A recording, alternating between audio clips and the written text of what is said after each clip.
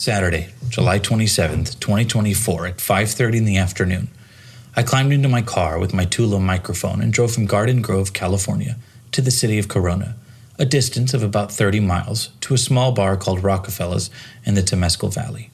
Leo, one of our beloved co-hosts, was in town performing with his band Castle Pines. Castle Pines was an indie rock band from the Corona area and Inland Empire whose formation began in the early 2010s. The band consisted of Leandro Barrientos on vocals and rhythm guitar, Niki Barrientos on lead guitar, Jesse Briseno on bass, and Sterling Fairfield on drums. The band gained local traction and built a community, releasing a collection of live recordings from shows at The Wire, a Southern California all-ages venue. They released their first album, Bless This House, in 2010 on SoundCloud. In 2014, they released an album called Summer Blood. The album was well received by their fans and remains a terrific work of art.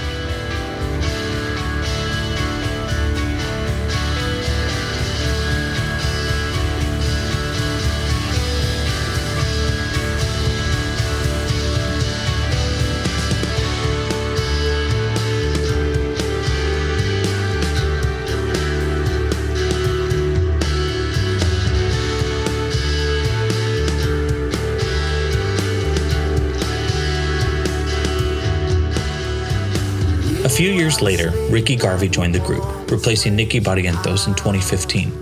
Sterling Fairfield faced a year-long health battle and nearly died, in and out of the hospital. Castle Pines had several more releases over their relatively short tenure as a band.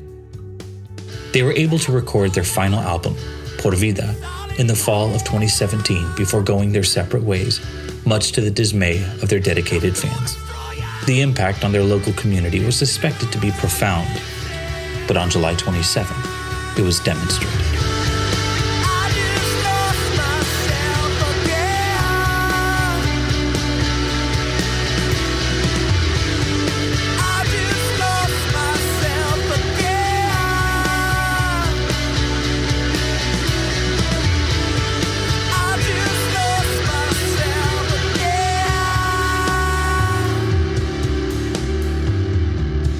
The show in Corona was the 10-year anniversary of Summer Blood's release. I was meeting my younger sister, Lindsay, at the venue. We arrived around the same time. It was 95 degrees out, which was relatively cool for the area at that time of year. Rockefellas is a bar, grill, and venue. On the right side of the place was a vacant lot for parking, and on the left was a nondescript building. Rockefellas itself was a repurposed house. All right, we're walking in.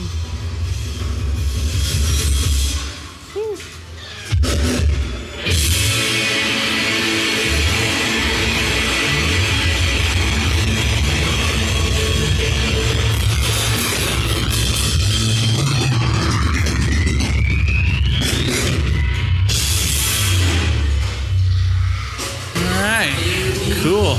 That's not them. Let me see here. Text. The band doing the sound check was a group called In the Background, one of two other acts that evening, the last being Castle Pines. I attempted to arrive early enough to interview the band before and after their sound check. However, they had already left to prepare for the evening. Lindsay and I found a table in the stage area. That's true. It's like someone's garage. I think so. It's like, it used to be someone's garage or like a house, and they put all turned it into a venue. I mean, there's literally a fireplace. So this is someone's like living room and house. It feels like a house. It's kind of cool. I should probably take a picture, man. Yeah. The Castle Pines is one of 3 groups playing tonight. So at 8 p.m., there's a band called Dreary. 8:45, it's a group called In the Background. And then at 9:45, Castle Pines. It is 6:30 now. So we're in for a night of some cool music. Here we were, almost 3 hours early before Castle Pines went on stage.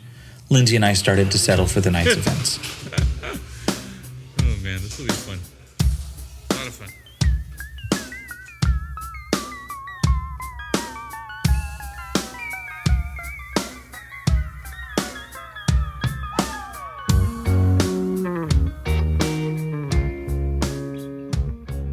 Rockefellas has a large patio space that once hosted live music outside.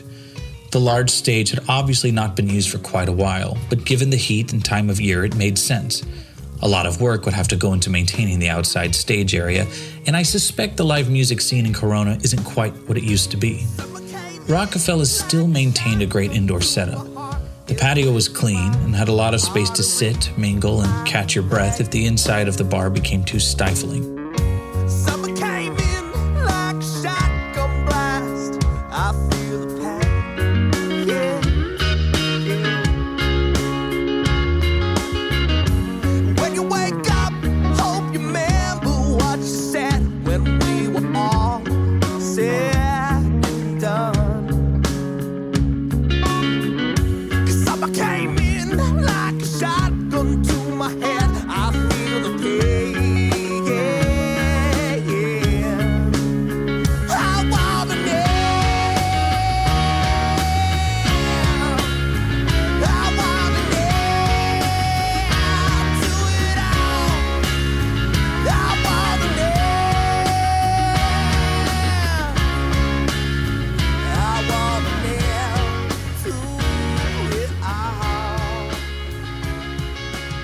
As Lindsay and I were chatting, more people began to arrive.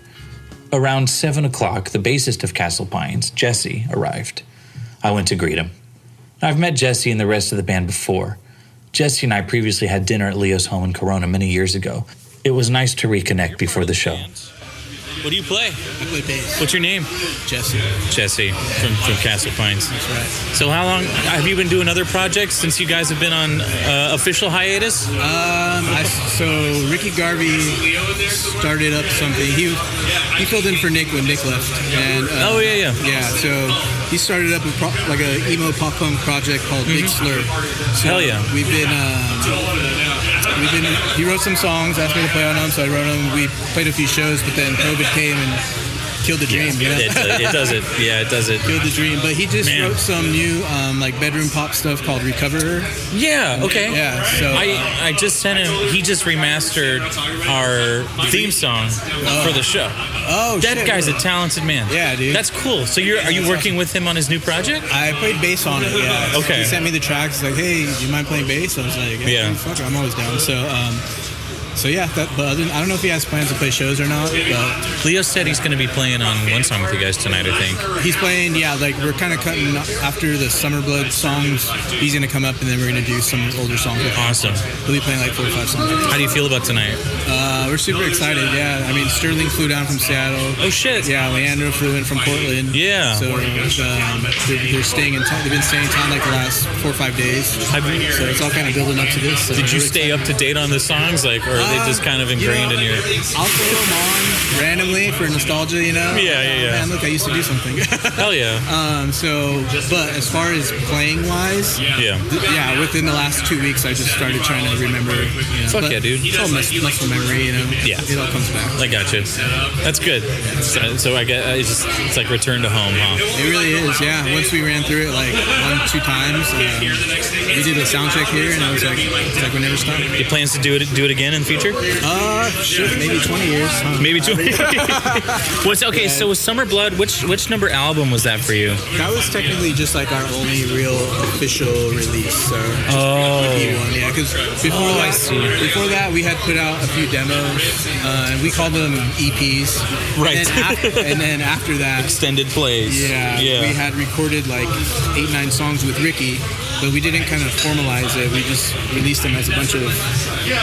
Thank you, sir. Yeah, sure. You released them. I'm totally listening. Yeah. No, we released them individually, kind of. Yeah. So he did like one a month or something like that. Oh, okay. So, and then at the end, he kind of compiled them all on Spotify. Nice. So, dude, that's awesome. So that's technically our first LP, I guess. I did like I really fell in love with the songs you guys released after everyone moved. Oh, okay. Like, cool. That was, I thought you guys had all done that before Leo moved and Sterling moved, but you guys did that all. Well, we actually did it before they moved. Oh, okay. Yeah, but we didn't release them until after they had moved. Right. We recorded them with Matt Faulkner, who did our Summer Blood stuff. Yeah. In Leo's little cottage in Norca. Hell yeah. So, yeah, over like the course of a week, and it was kind of rough because Sterling had some health issues going on, so he had surgery and stuff like that. So he recorded that while he was all messed up. So how's he been doing with playing again? He said he was worried about his stamina, but he's been kind of practicing a little bit, building up to it. Good. I think we'll be fine once we get up there.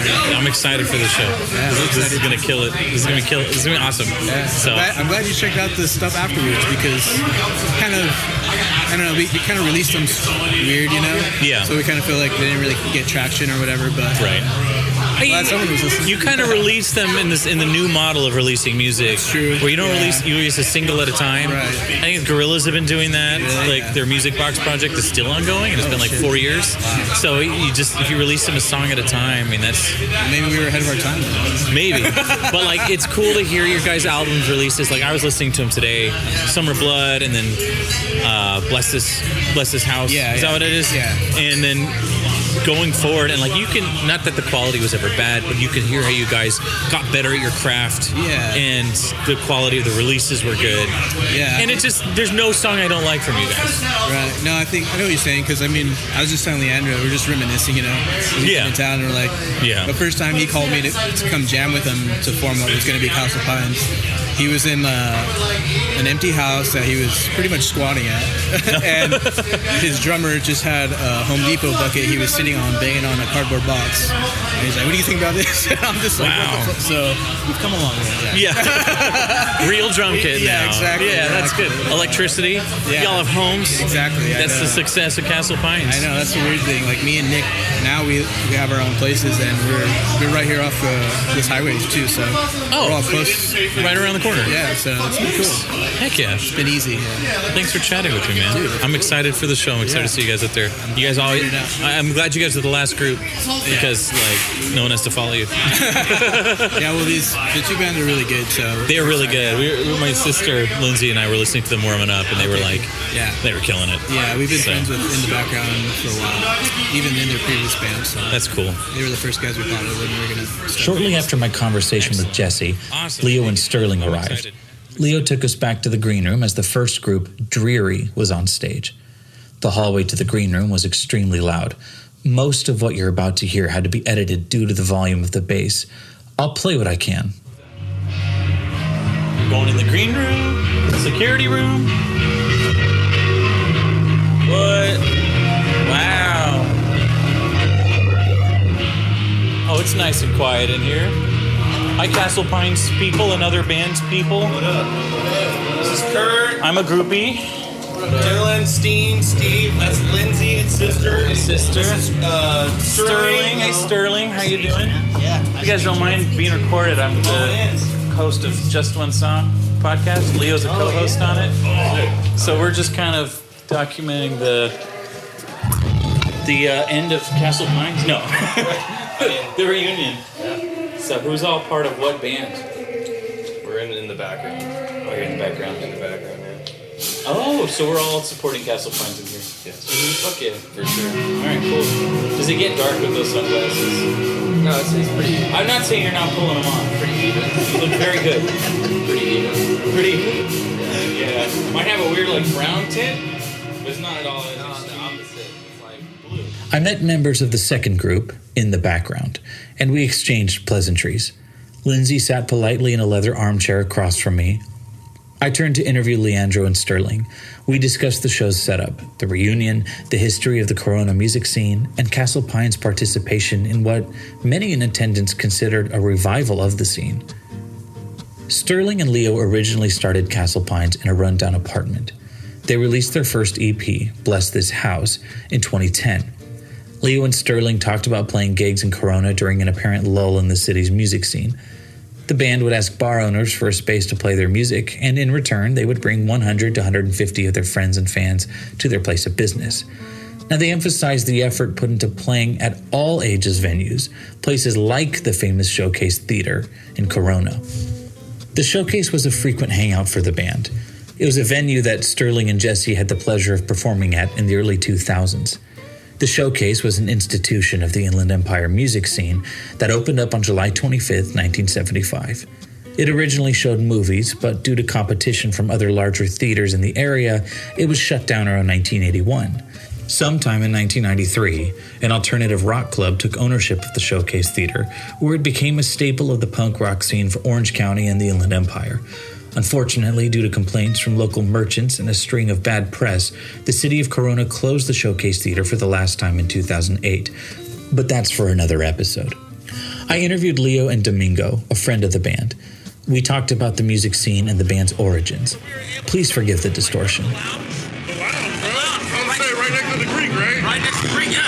We used to book shows at like the shittiest little dive bars and pack it out with like 150 people in there and put on like started like a music culture. It was great. This bar had like 5 parking spaces. That's how small it was. What the fuck? And they used to pack that place out. That's fun. And I would play security because I was like former military guy, and he'd be like, hold him back. Literally, he'd be singing with the mic over my shoulder, and I'd be like pushing people, all the moshers back and everything. Was there no stage? You guys were just on the ground? No stage. Fuck yeah. Hell yeah. There's some photos. I'll send them to you. The building was the stage. That was That's it. right. Yeah. People just going crazy in there. There was a pool table, and we would move a bunch of shit over the dartboard, and then the lounge was probably the size of this room right here. Wow. And we would probably put 100, like, fire marshal didn't give a fuck. Why would they? That's how you support culture in a city. You just ignore all state ordinances. The Corona music scene was growing pretty big. Was it? Then, yeah. How does it compare to today? I think it's still there. There's still some older venues that are still alive. Yeah. That are kind of like, they'll get like, I would say a lot of popular older groups from like the 90s and 2000s. Yeah. But when it was the local music scene, Castle Pines was one of like the biggest in the area. Yeah. So they would bring a bunch of people out from Riverside, so the scene was pretty huge. There's another one that was on Main Street. I can't remember the name for the life of me. He would definitely know. But they used to do like death metal there. They used to do the screamo, you know what I mean? Yeah. All the nostalgia genres. Oh yeah. Yeah. What happened to that? I don't know. I mean, my cousin's still into it. So is it still a scene? Is it still like happening? I know he goes around in like Orange County area. Yeah. But he used to go to that place in Corona. Yeah. Man, I wish I remember the name of it. It was super popular though. Hell yeah. In Corona. And these aren't my stomping grounds. Yeah. So, fuck yeah. I'm excited for this show. And the turnout's crazy. Castle Pines quickly garnered a dedicated following of the youth in the Corona area, a following that remains dedicated to the works of the band and its individual members. Their set was about to begin. Leo asked me to film the show. Lindsay and I found a spot near the stage against the wall where we could observe the show and all of the chaotic love it generated. Earlier this week? It's a lie. Oh, it happened. They took care of it. You know what happened? The Hill knew that Castle Pines was getting back together. It was caught on fire. Sorry. And we're all old men now. If you keep going past that hill for about an hour and a half, you get to a place near the Coachella Valley, near some Joshua trees. It was the inspiration behind the 10-year anniversary of this album. It's called Summer Blood. So thank you guys so much for all your support over the years. And the third song on that album is about a place called Palm Springs. And we're going to play that for you right now.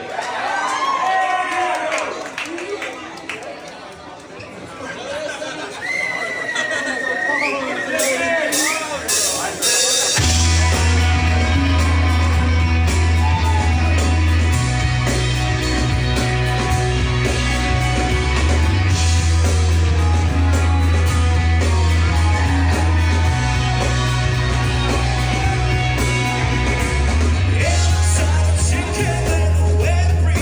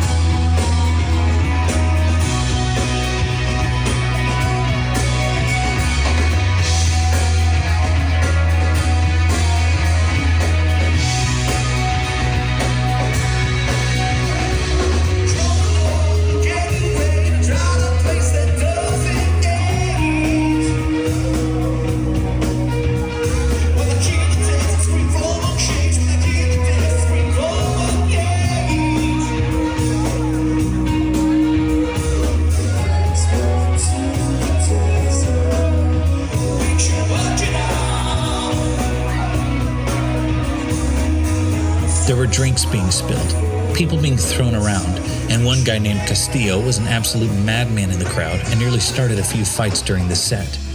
At one point, Leo had to calm the crowd down. The group played songs from Summer Blood. Now, if you've never heard the album, make it your next listen after this episode. To my ear, it's the perfect blend of what one can expect from a band based in Southern California, with its bright sound and laid-back rhythms, combined with the frustration and fervor of youth who grew up in an uncertain and difficult time, where families and friends lost their homes and jobs due to empty promises from a system that took advantage of them. When the market crashed in 2008, many of our peers were displaced. Parents lost their jobs, stability, and sense of security. The end results of late-stage capitalism had begun, and the greed of the wealthy impacted countless communities. Leo's voice and the melodies this band creates are the SoCal desert dwellers' nostalgia and heartache wrapped into an easily digestible album that makes for great repeat listens. I'm almost certain some of these songs will end up on a playlist or two for you listeners. Here's one of my favorites, Wretched Life, from the show.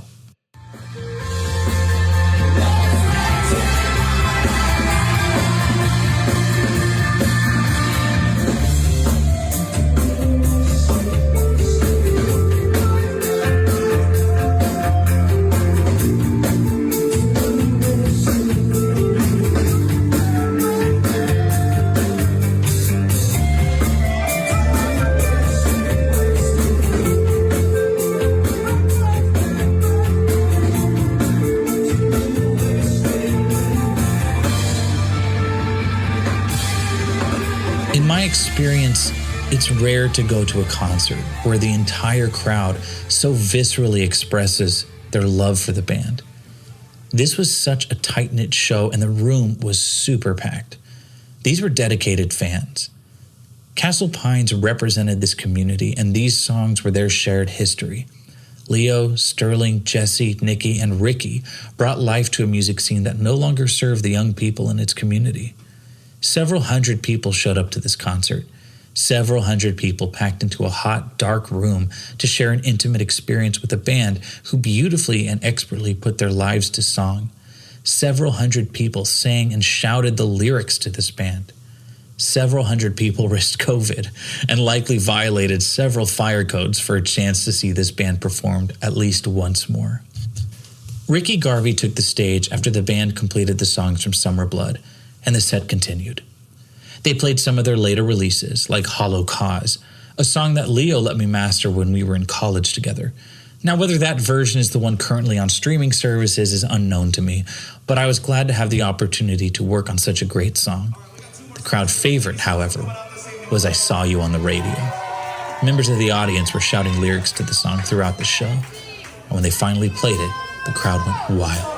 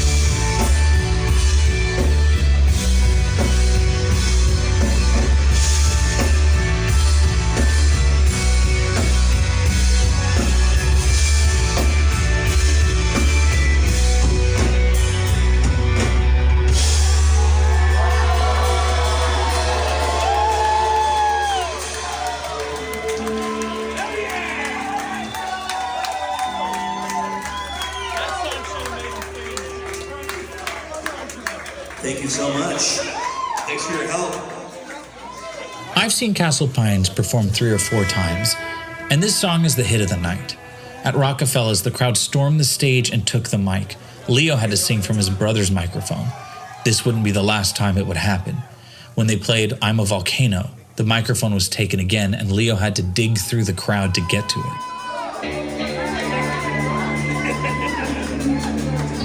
It means so much that you guys still care and came out, and honestly, we've grown up together, and it like makes me so emotional to see all you guys. So thank you so much for your years of support.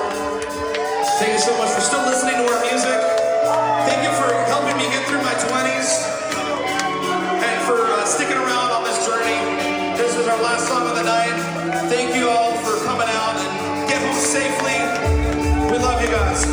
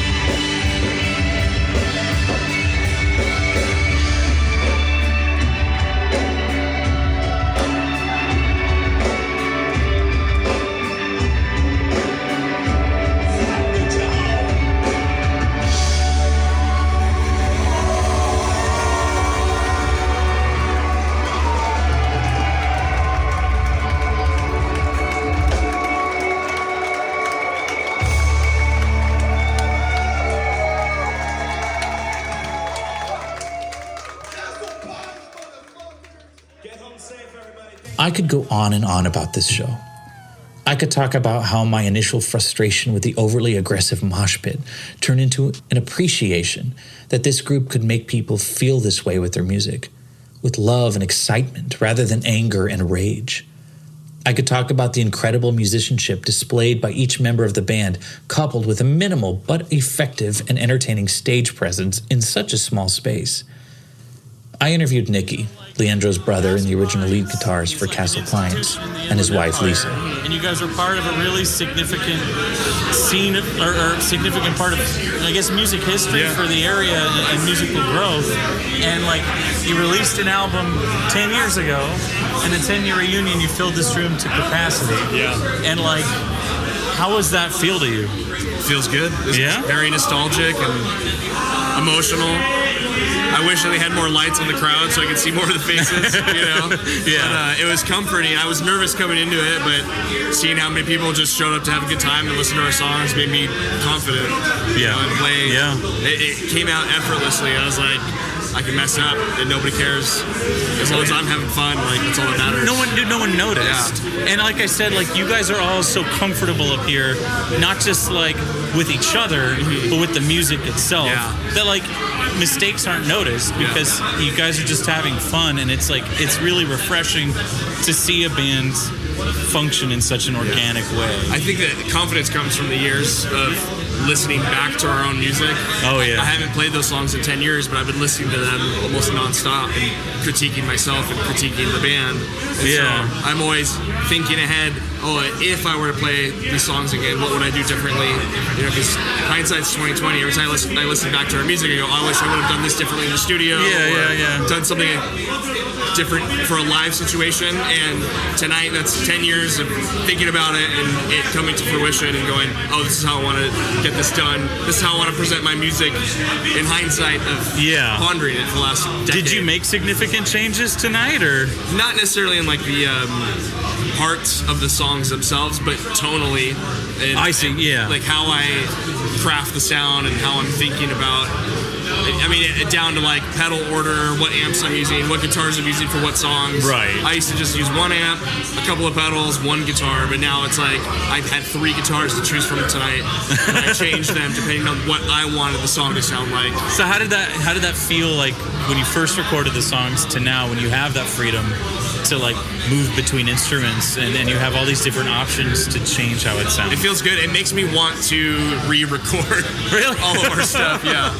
The whole time I was thinking, man, I wish we could go back in the studio and redo these albums with 10 years of maturity and experience, because I feel like it would hit a different audience, and it wouldn't be this like, I mean, we're not punk rock, but I think the ethos of how we operated is punk rock. So it's more than a genre. Yeah. You know, it would hit different ears, and I think different people would be drawn to our music instead of just local young people, or, you know, I don't know how to explain what I'm trying to say. I know, you know what I mean? You guys, I mean, the demographics of people here were super wide. Yeah. I mean, like, the youngest person here is 21. I want to make it wider. Yeah, right. Unfortunately, here you can't do that on the lower end, but like 21 was the youngest person in here to like older than Ricky's dad. You know what I mean? Like it's just one funny thing to me is I brought my younger sister. Oh, nice. And she and I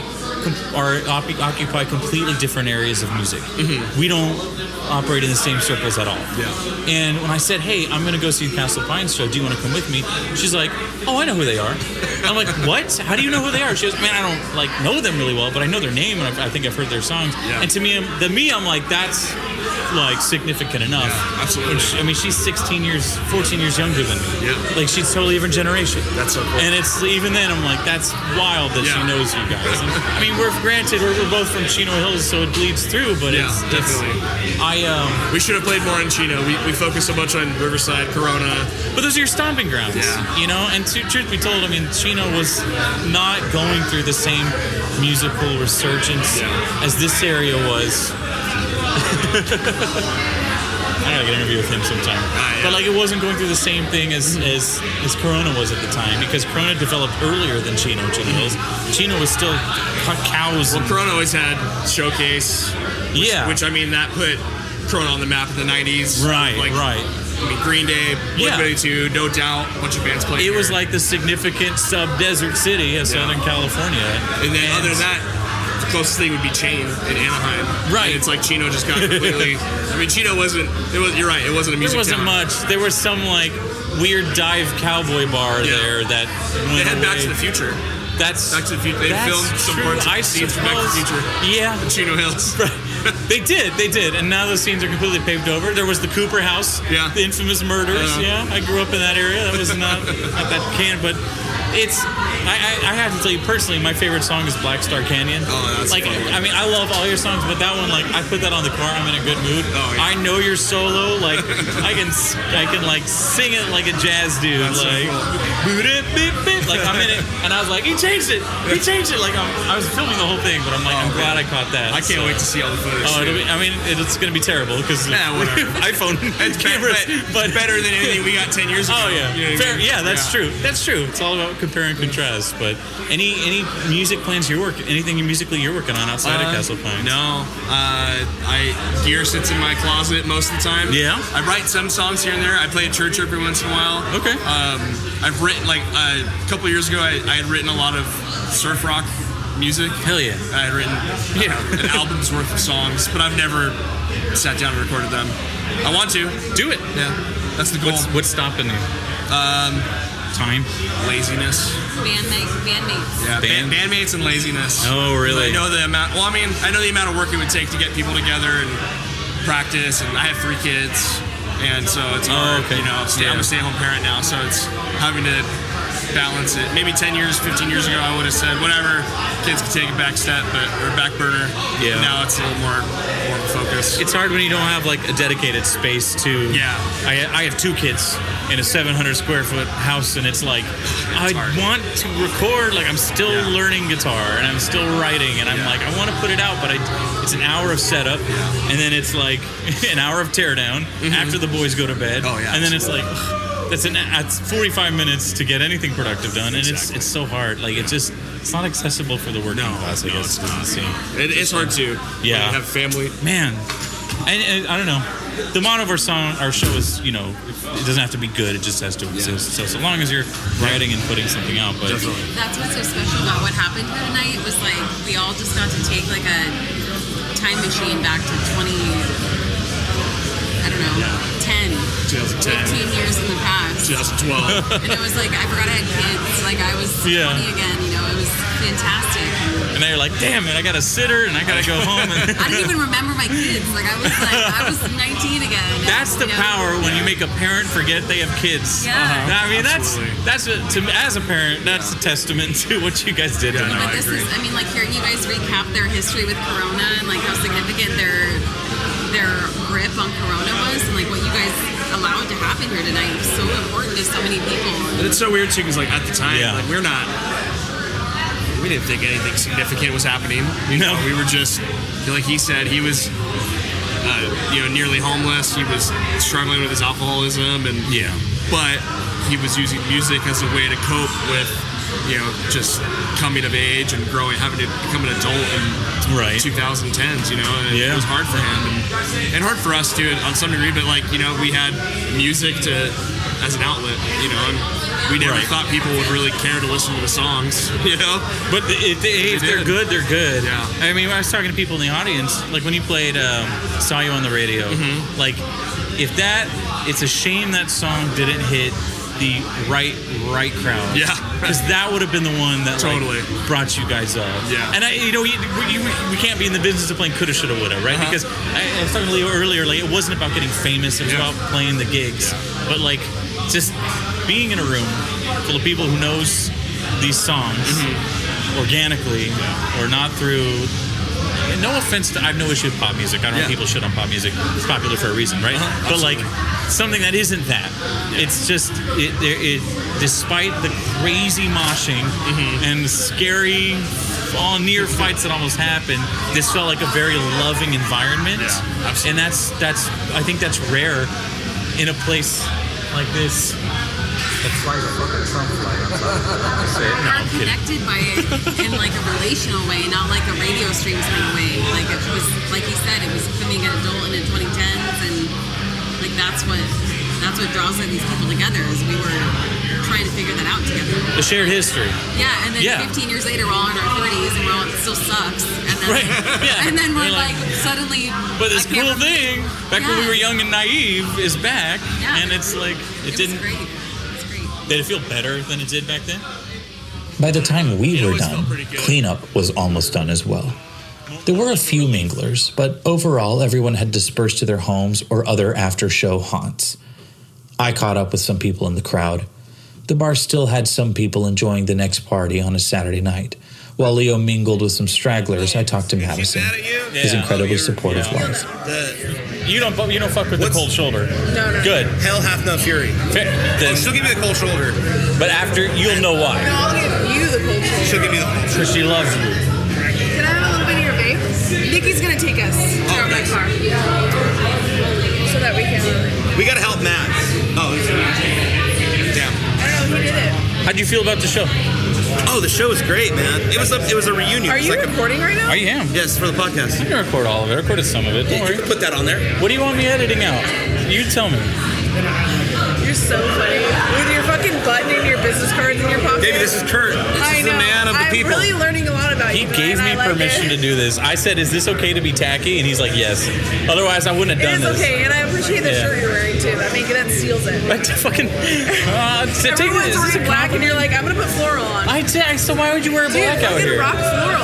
I love floral. I think it's great. This is my style. I'm not yucking your yum. I think it's awesome. I appreciate that. I'm going to take everything you told me as a compliment. Not today. I'm going to wear floral. Yeah, I didn't know there was a dress code, but you're not the Arcade Fire, so fuck yeah. So what? We just started listening to the Arcade Fire again. You know, it took us a while to get. Win It Butler. did take us a while. Every song has three parts: a shirt, a beak, and a hat. Yeah, they're really pretentious. Oh yeah, they're so pretentious. They used to be our favorite band, and then you hear them out of that sexual. Yeah, he was like, I'm gonna pause. And like, yeah, but you're. Yeah. We're at Dos Lagos. Do you mind dropping us off there? Not at all. Oh. Let's go. Fuck yeah. Let's go to my car. It was time to head out. Leo, Madison, and I went outside to head to my car. I was giving them a ride to theirs. I wanted to trade thoughts about the show with them. Mind the bumps. It was a great show.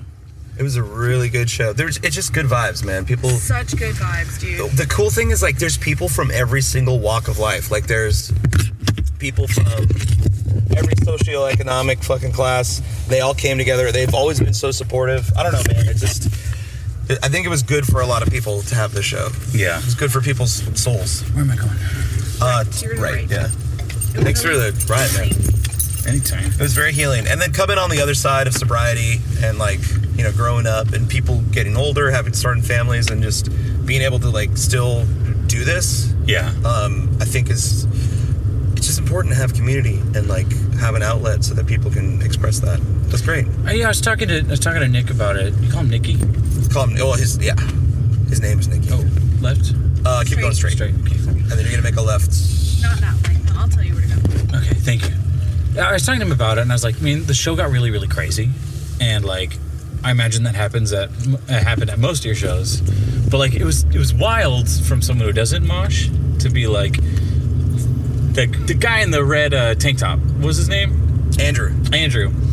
He's a force of nature. Yes, yeah. And I mean that both in a good way and a bad way. Like, it was crazy. So his name is Andrew, but everyone calls him Castillo. Okay. So he grew up. So we were all in around the hardcore, like, metal scene. Yeah. And there was a bunch of, like, crews. We were all friends. Left here, baby? Yeah, you're gonna look here. So I've known Castillo since he was like 14, 15. He used to come to our house on Castle Pines. Yeah. And eat snacks and then fucking leave. So we've all known each other for like 20 years.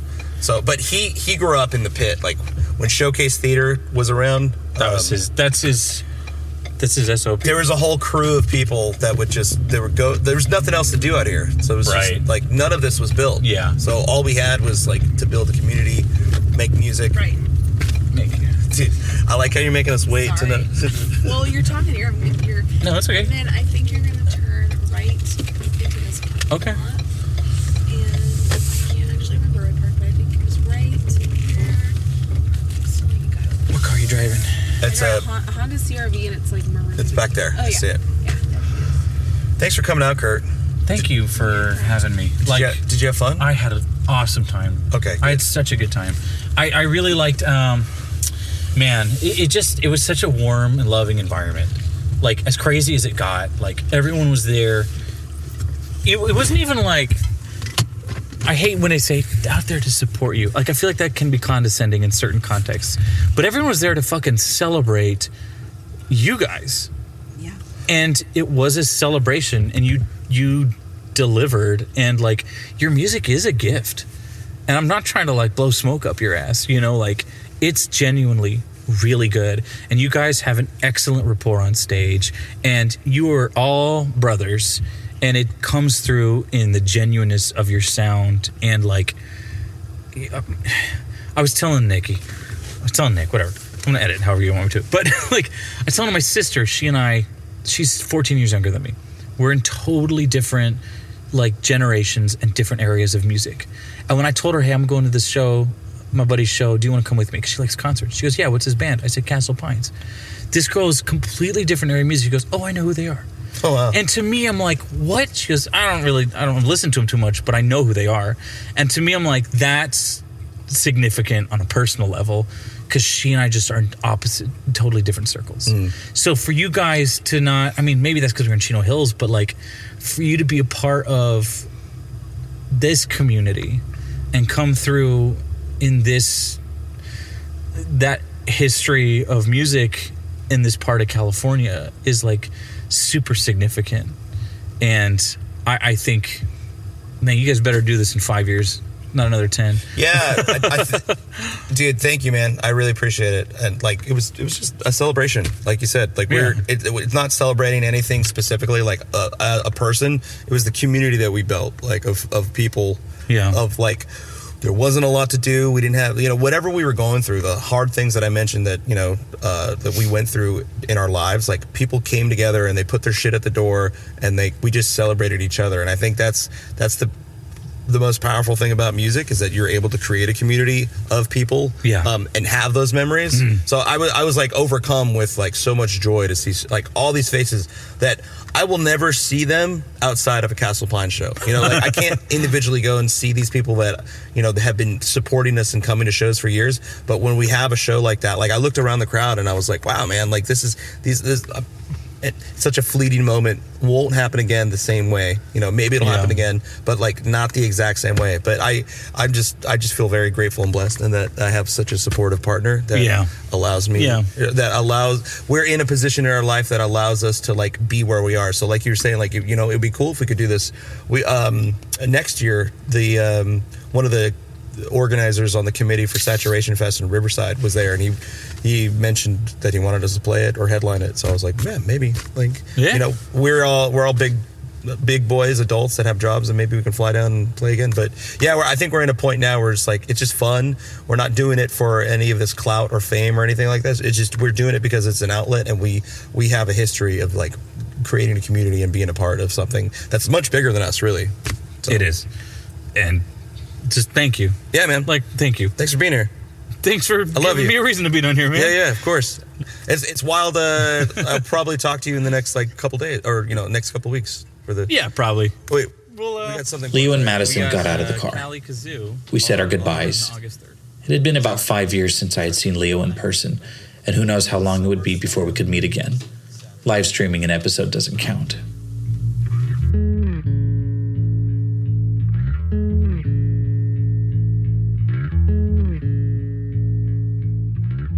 I headed home. I found that I could only listen to Castle Pines on that drive. I didn't want the experience to end so soon. Castle Pines' short tenure as an active group in a relatively small community had made a huge impact that rippled in small but significant ways.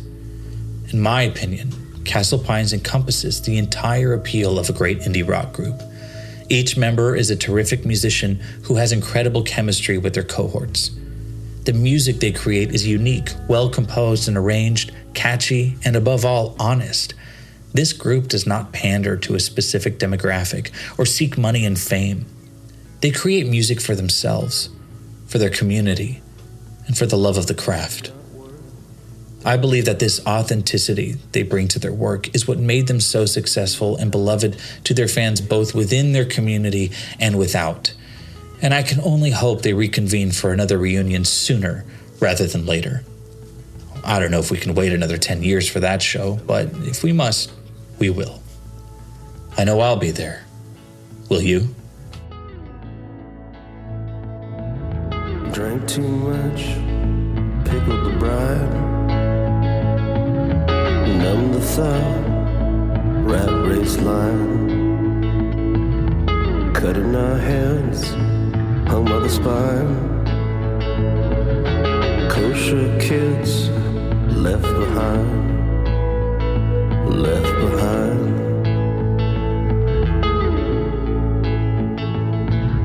Simple life, hard to find. Folks don't die, neighbors are kind. Lost our home, bright bomb war. Sold our eyes, barred the door, barred the door, barred the door.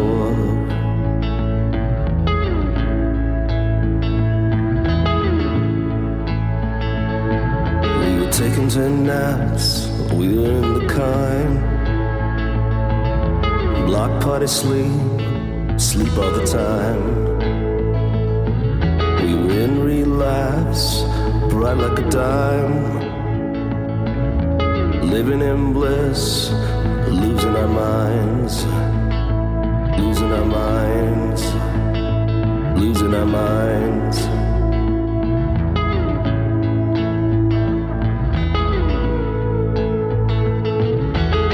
Treasure maps, we are in our prime. Block party sleep, we would sleep all the time. In the potter's field, said Judas lost his mind. Jesus Christ, I wanna feel just fine. Wanna feel just fine. Wanna feel just fine.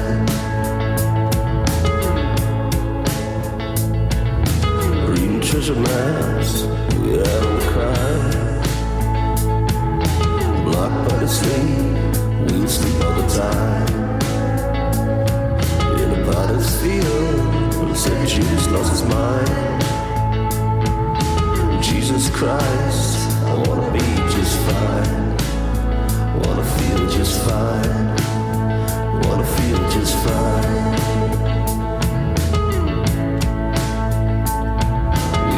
God's word, we were searching for the sign. Say your folks don't lie, we were spilling our wine. I miss my home, and I miss our line. I miss my face, and I miss my crying. I miss my house.